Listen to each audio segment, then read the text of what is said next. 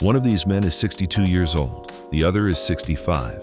One struggles to walk without pain, the other can still throw head kicks, perform splits, and move with incredible flexibility. Based on movement alone, who do you think is older? Most people get this wrong, because the older man is actually Jean-Claude Van Damme. He's 3 years older than Ronnie Coleman. So what happened? And more importantly, what can the rest of us learn from it? Now, before the comment section explodes, let's get one thing straight. Ronnie Coleman is a legend, 8-time Mr. Olympia, one of the greatest bodybuilders who ever lived. Nobody is questioning his work ethic, discipline, or accomplishments. But if your goal is to stay strong, athletic, and mobile into your 60s and beyond, I think Van Damme's approach wins. And here's why. Most people think bigger muscles automatically mean better aging. At first glance, Ronnie looks like the obvious winner. Just look at him in his prime. The size, the strength, the sheer dominance. For years, Ronnie represented the ultimate version of physical fitness. And honestly, there are lessons we can all learn from him. Strength training matters. Building muscle matters. As we age, muscle naturally begins to decline. This loss of muscle is associated with a higher risk of falls, reduced balance, a slower metabolism, and a greater chance of injury. So if anyone should be prepared to age gracefully, it should be Ronnie Coleman.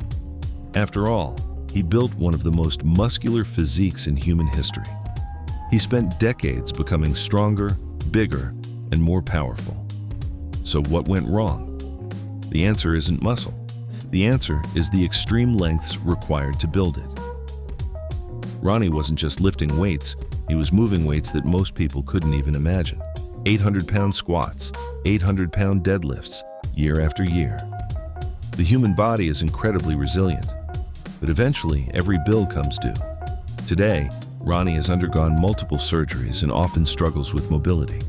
Again, this doesn't erase his accomplishments, but it does raise an important question. At what point does pursuing more muscle stop improving your life and start taking away from it? Now let's look at Van Damme. Van Damme took a completely different path. He never tried to become the biggest guy in the room. Instead, he built his body around movement, martial arts, flexibility, balance, coordination, mobility. And while Van Damme can be a little goofy sometimes, that goofy movement actually reveals something important. Most people train to look athletic. Van Damme trained to be athletic. There's a difference. His body wasn't built for posing. It was built for performing. And decades later, he's still moving in ways that many younger men can't. Now here's where things get interesting. If you've watched my Jason Statham versus The Rock video, you'll notice a pattern. The biggest guy doesn't always win. The strongest guy doesn't always win.